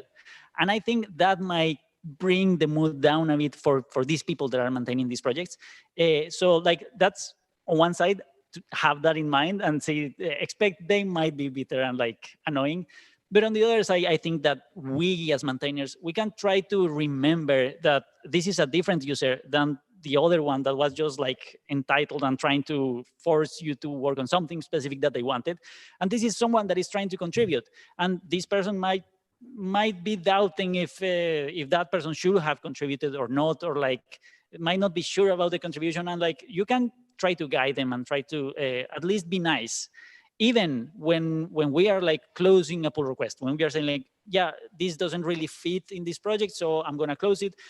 Is it still possible to say like, hey, this thing that you made can be very useful for other people? Why don't you just like post it on a blog post, or like create another package, or like, this is why I wouldn't accept it, but maybe we could do it this way or that way. And like, I don't know, like trying to put a conscious effort into being a bit more friendly towards new people. I think that can help a lot. And that can help people feel like they can come back and come and help others in the same project, and like contribute back more. And like, you know, like, we all started there. We all started at some point at that same state. We all started with a crappy pull request that had a bunch of errors, and someone accepted it at some point. So if we encourage people to keep trying and to keep building and to learn along the way, it's going to be a lot better for new contributors and for us, having more people that is actually building more open source and helping others. Long response, but yeah, anyway. Very comprehensive. Any other answers? Yeah, so I think it's a two-way street, right? So of course, maintainers or sub-maintainers of any given project, they can take some certain steps to make it easier for newcomers, and also developers entering a given project. You know, there's a lot of knowledge there to be gained, right? So I personally tell, you know, people ask me this question that, you know, first, you know, for the first months, you know, subscribe to the mailing list, understand who's on it, who's participating on the project, what they're doing, what are the efforts that needs help. Try to be kind of the janitor of the project, you know, pick low-hanging fruits, you know, small things that will help you learn about the project, understand the code structure, the architecture, and so on, and kind of move up. And I think throughout all of that, follow the project processes. And these, you know, every project is different. Every project has their own way of submitting code, of accepting it, of doing the reviews, different kind of security, different coding style, different security measurements that needs to be followed, and so on. And for that, you know, the project needs to have this documented, right? So there is kind of a certain responsibility from the leaders of the project in establishing and doing all of these different documentation and being available to help and so on, and also from the new developers entering the project. They have also a number of things that they need to do kind of to help get them closer to the project. And, you know, and I think, you know, kind of a true plug here for Jina, you know, I think if you see a lot of the documentation and the GitHub and, you know, what's going on with Jina there, and I told this to Han and the team, you know, there's really incredible amount of effort that has gone in Jina in recognizing the fact that we need to do a lot of efforts to bring in people and to pass a lot of the knowledge we have to lower that barrier of entry into the project. So I would actually recommend people just to follow the case of Jina and, you know, what has been going on there to lower the barrier for people to enter and help users in using and help them to transition from a user to a developer. Okay, any other viewpoints? Philip, Andrea? Yeah, so maybe I can add something here. So I think a lot of people just put a equal mark on the open source and open contribution, right? So it's like, if you have an open source project, then it should be like a very democratic committee that everybody can, you know, contribute their own ideas to this project. But in the end, it's not like that. It's often a dictatorship where you have no way to interact the core technology of this project. But this is also true, right? So this is that's why, you know, maintaining a community is often so hard that in open source companies such as Jina and other companies, we need a dedicated team, right? The developer relation team to handle this kind of very diplomatic relationship with the community, right? So you want the community, you want to keep the community close. But on the other hand, you want to gently reject those contributions that are not so beneficial to the project, or it could be distracting sometimes, right? So sometimes the community propose an idea which looks nice, and but it's just not not, let's say, not in the same direction as your in-house milestone. And then you have to, you as either engineering lead or as a CTO, you have to make a decision whether to take the community advice to go that direction, or you want to just be a stubborn, right? And be the enemy of the people, right? So this is often, sometimes you have to put yourself into some dictatorship on the technical decision, especially for early stage project, right? So you want to somehow control the direction of the project, and also the main, the kind of every step and the technical decision, you have to control it. You have to fully control it. Otherwise, you are in the driver's seat, right? And you are the owner, you are the father of this project or mother of the project, right? Other people, they are just passengers, right? The community, sometimes, of course, they have a good heart, good feelings, but oftentimes they are passengers, right? So they contribute one time or two times and they are gone, right? But the life or death of the project always is your duty, right? You have to take care of this baby, right, and make it grow, right? So that's why sometimes I can be very harsh on the community members, but I hope you can understand, right? So in general, I would say, think about, the Hacktoberfest, right? So they like the GitHub, every year on October, we have this Hacktoberfest, and how many pull requests that you received, but how many of them are really useful, to the project itself, right? And but I'm thinking that, first of all, people may get disappointed, especially if you have very high enthusiasm in terms of open source. You see this kind of contribution is not very high quality, but that's actually makes the beauty part of the open source, right? So that's how community works. If you just expect that the community always in the same high quality, and have a very concrete and unique, unified decision, that's no community, right? And I think a lot of really ideas, right, is coming from the confliction. Right? So you argue with someone, you argue with your colleagues, you argue with your community members, you do all the trash talks that you will regret later. But in the end, there's the idea comes from that, right? So that's part of the open source and the open technology, what makes me excited. Yeah. And adding on top of what Hanjo said, like whenever a maintainer accepts a pull request to the project, like that maintainer ends up inheriting the responsibility of maintaining that additional feature, that additional thing. So it's like accepting something new is also accepting extra responsibility in many cases that might not be aligned to what the project should go.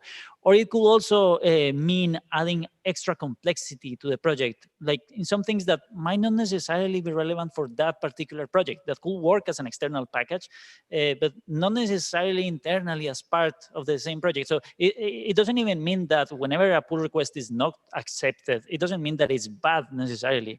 But there's a lot of additional factors that will make it like, maybe it doesn't fit. And as Han was saying, like, in most of the cases, this is just like kind of a weird dictatorship. Even in the projects that you see that are like community projects or whatever, when you see closely, it's not a community, it's a bunch of individuals. And it's like, it's a handful of individuals that are doing most of the work and most of the decisions and most of the things that go underneath.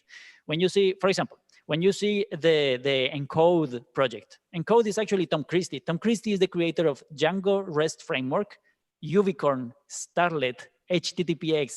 Like all these things are done by this same guy. In GitHub, it's a GitHub organization. But if you see closely, it's like this guy that is just working like crazy and like handling all this workload. And with some help from some people for some of the projects that are quite stable and quite ready, that don't need a lot of additional features of additional work. And there's some community, there's a bunch of people in the community that are helping and that are making some improvements. But for the main things and for the most complex things, there's always like, okay, no, let's just wait for Tom to take this decision. So in the end, it's actually, things are actually made by individuals, even if it's a group of people, even if it's like a community, it's a community of individuals with their own perspectives and their own ideas.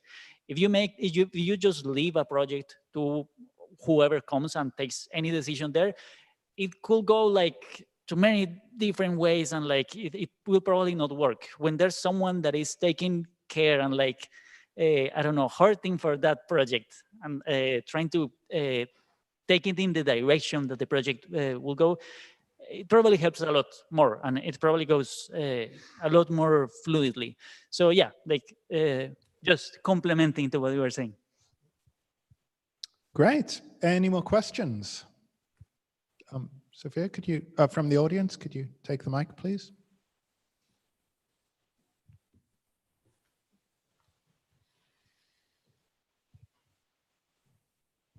Yeah, I was like, I do believe that the open source would be the future, but I just, as you might know, that when you put up the code online and you cannot control who's going to use your code and how they're going to use your code.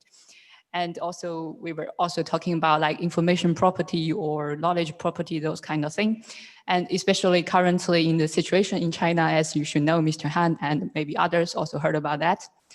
And do you have any like different strategies for like European market or Chinese market, and how you would handle those kind of different situations, and or kind of take a balance in between? Usually when you do an open source project, you kind of give up on making money from that particular project, right? So there is no way to directly making money from that, because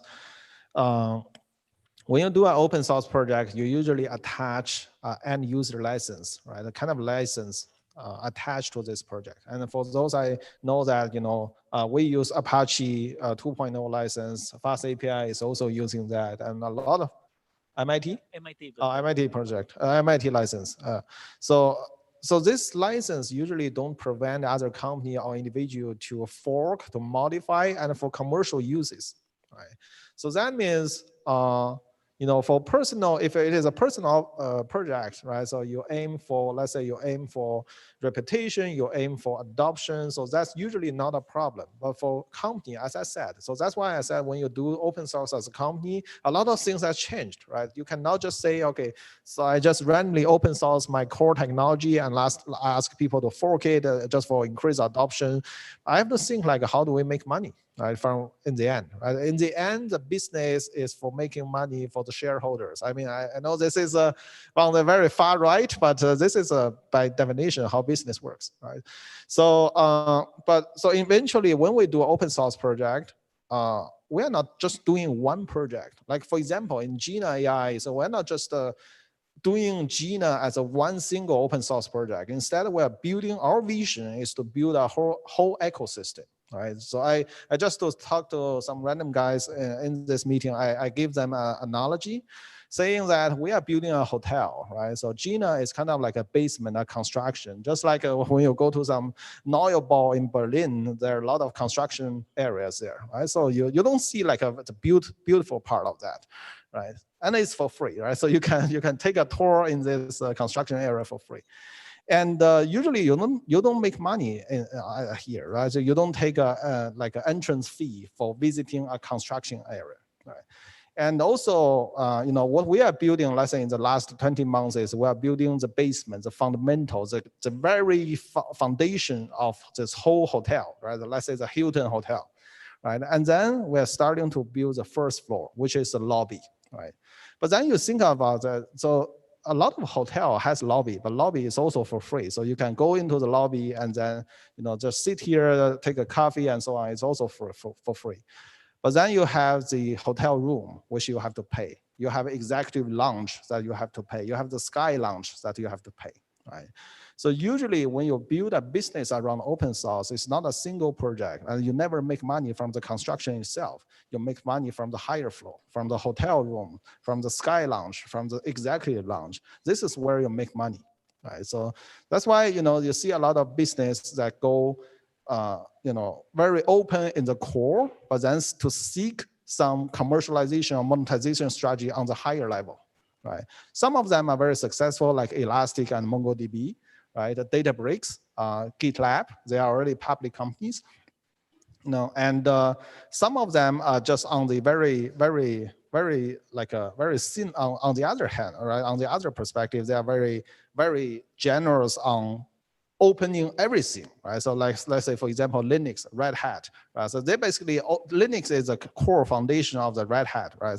But then, how does Linux make money, right? You can buy a t-shirt from Linux, right? So this is you can buy a book, you can enjoy the professional education from Linux foundations, right? So those are the kind of monetization strategy, but those strategy are not so powerful, not so profitable than just selling the software itself, right? So that's a big topic when you talk about commercialization, monetization. There is a term called open core business model, right? So basically describe how the open source company make money. And to be honest, most of the successful, popular open source company follow this open core business model, right? So that's kind of give you a nutshell, like how the open source company works in terms of economy, in terms of the the financial perspective. Yeah. We are running short on time now, so one final question from the audience. Okay, over there.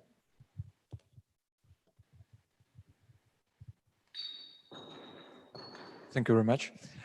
So I have observed that a lot of areas and domains, for example, like medical research, are really, so to say, conservative.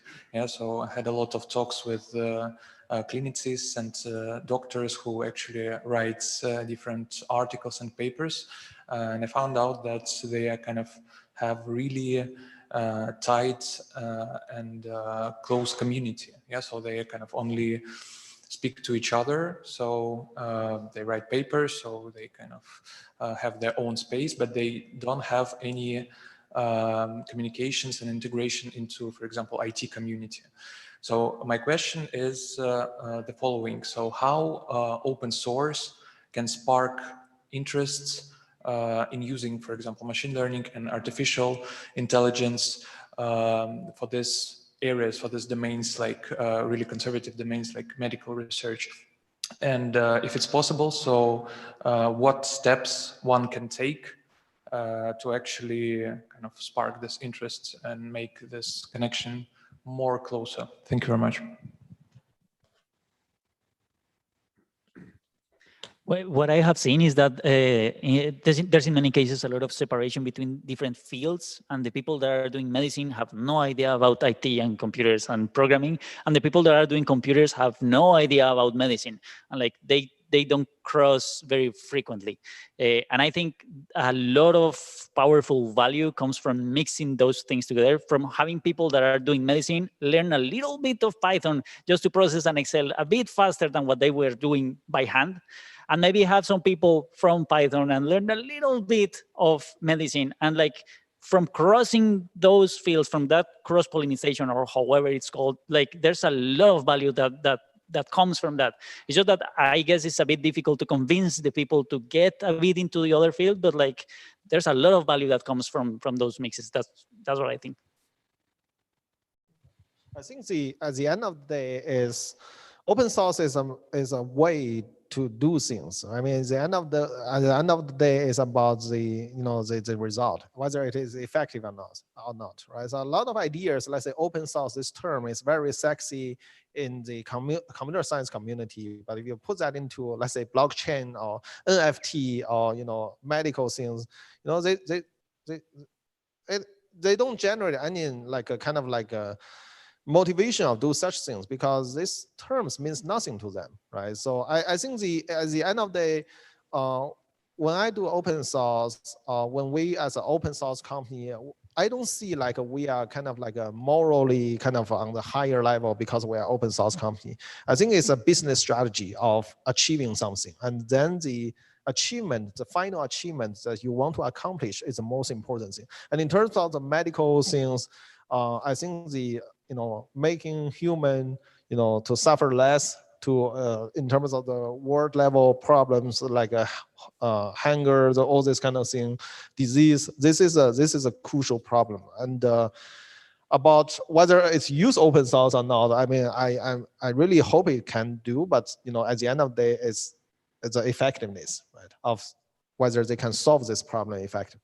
Whether open source can help them solve the problem more effectively. So this is what I see the most important thing. Any other very quick answers from I will keep it short. So from my perspective, it's we need some more open source in the field of open science or open medical science. So, and getting rid of the paywalls of the publishers, because it's a closed loop when you're publishing into a publishing community. So fighting for more open source and open sourcing the science. That's the short one. Any other quick answers? All right. So if you have any more questions, our lovely audience here can approach Han and Sebastian in person during the networking. Or for Philip, Andrea, and Ibrahim, you can join our Slack at slack.jina.ai. They're all in the community. So if you ask a question, we'll get it to them. And it just remains for me to say thank you to Philip, Andrea, Ibrahim, Sebastian, and Han. Thanks.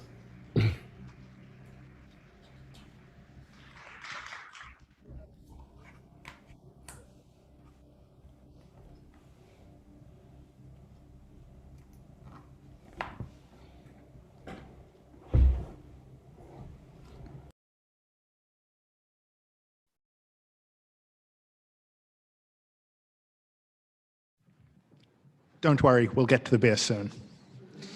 So next up, we're going to have a lottery drawing by one of our engineers, Joanne, for the second prize. That'll be followed by a quick presentation by Max on the Jina ecosystem, and then we'll get to the booze.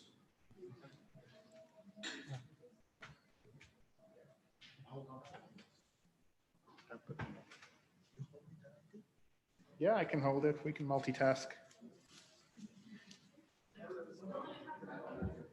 Oh, well.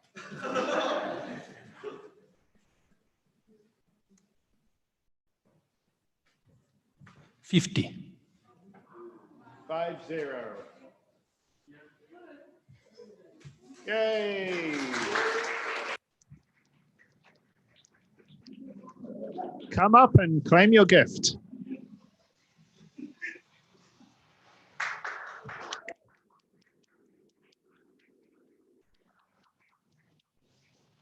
Wait, is that the echo or the? It is the echo, still the echo. We did 3. No, we drew 3 earlier. We did 3 for the first one.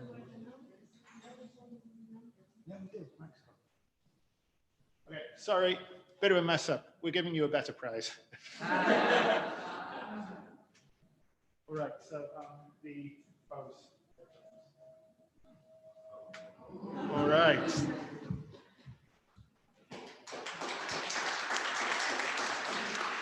For the winners of the Amazon Echoes in the first lottery, we'll get them to you, don't worry.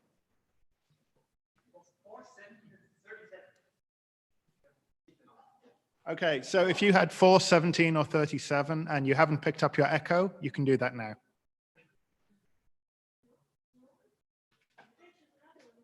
Oh, okay, well, what the heck. Okay. We're sure that nobody else had 4, 17, 37. One person has the Echo, 2 people don't. Going once, going twice, going 3 times, gone. All right. Well, So how many did? so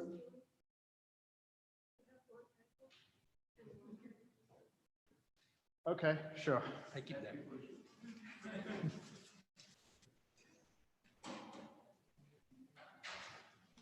$55.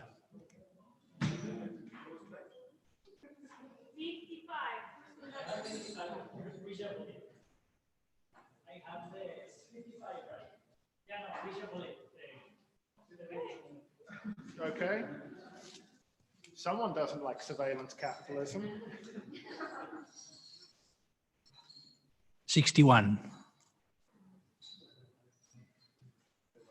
61, yay!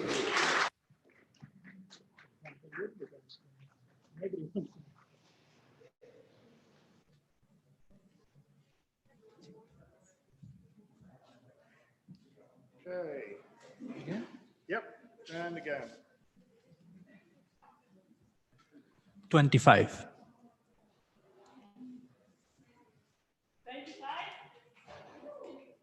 Yay.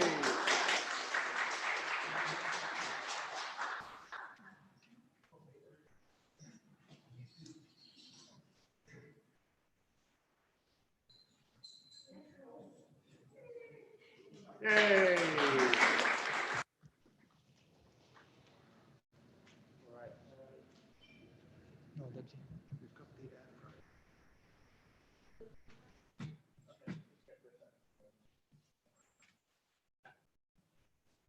All right, lovely product modeling there.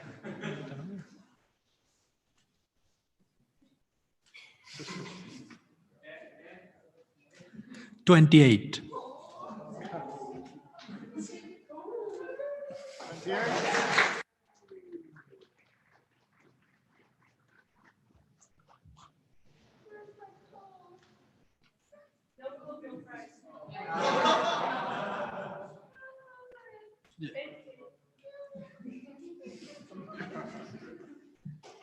Looks good to me.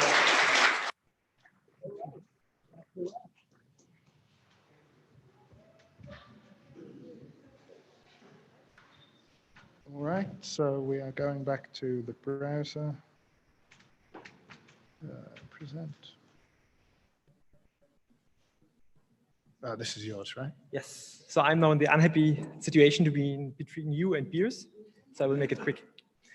And the first thing that you will see is chocolate, so it's even worse.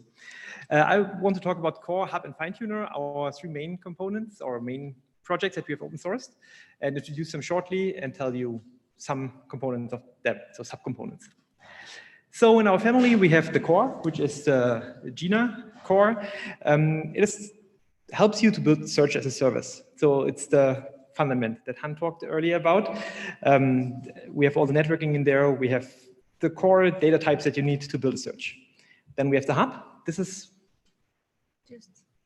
for social sharing executors. So when you build some tools to get your search running, like models and so on, you have the hub. And the hub helps you to share these tools with other people. And it also helps you to find more of these tools. And finally, we have the FineTuner, which is exactly what Han talked about earlier in the supply chain. Should be a tool in the future which helps you to fine-tune a model for your use case.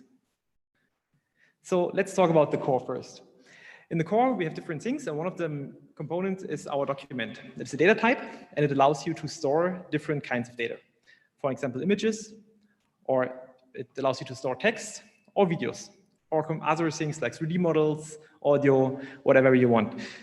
And it not only allows you to store them, but it also allows you to chunk them, which means taking parts of it. For example, in the image, you can have sub-images, in the text, you can have paragraphs, you can have sentences.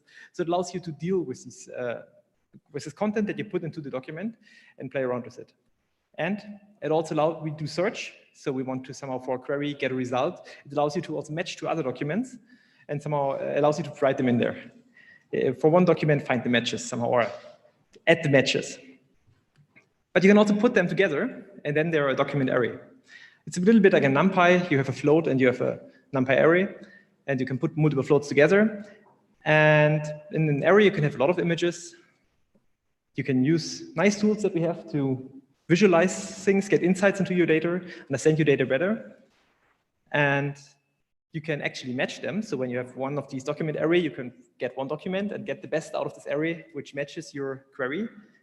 And it has a lot of auxiliary functions. You can filter, you can sort, you can sample from it, you can do bulk access to attributes, you can split things, a lot of nice capabilities you have inside these document arrays.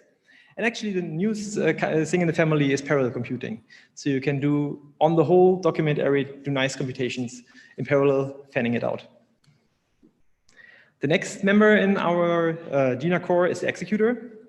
The executor is somehow the thing that does stuff with the documents. For example, models can embed documents, you get then embeddings. Databases, we have databases like FICE, HNSW, Postgres, or our simple indexer, which is just built around the document array. And they are all wrapped inside these executors.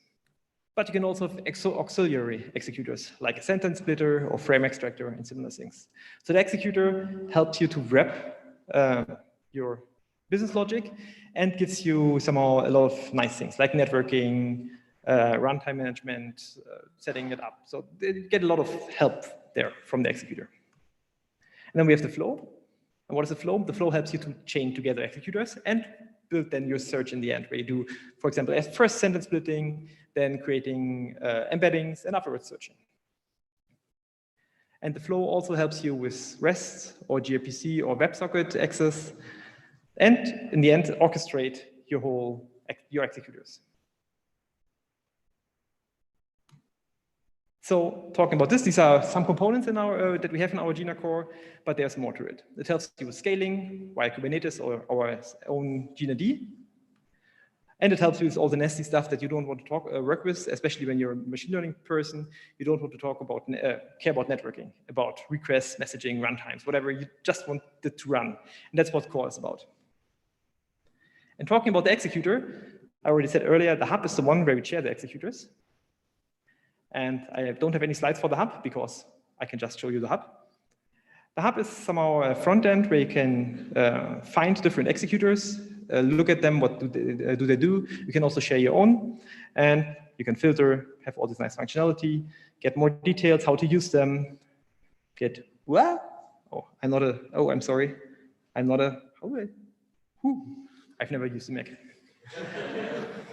And you can even get even more information like arguments, and then you can click here and you directly go to the repository. So the hub is the entry point to find more useful functions that you can use with Jina. How do I get back? I guess somewhere. No? There. Nice. Yes, so much about the hub. Go to it and click around. And then we have the fine tuner. And the fine tuner, as Han already told you earlier about, is somehow part of the new AI supply chain. I don't want to say the same things again that were said before. And it consists mainly of three parts: the tailor, the tuner, and the labeler. The tailor is when you get your machine learning model, you can do crazy stuff with it. You can cut layers off, you can freeze layers, you can add more layers. For us, it's a tool to easily bootstrap or play around with our models and train more models and fine-tune more models and easily change them. Then the tuner is for somehow optimizing and really training the model more, so fine-tuning the model. And the labeler is for currently mostly visual inspection.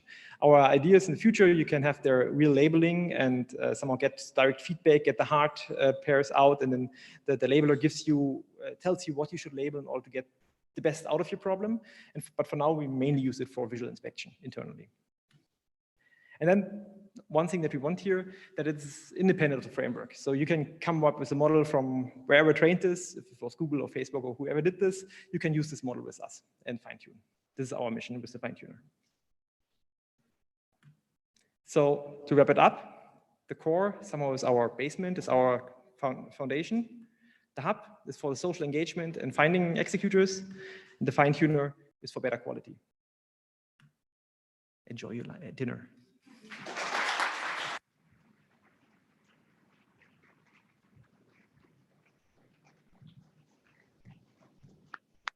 Biggest round of applause yet. Gee, I wonder why. All right, so yes, go, drink, eat, and be happy. Han will give the closing remarks at about 7:30, and then we'll keep on partying for a little bit, and then we'll have to kick you out.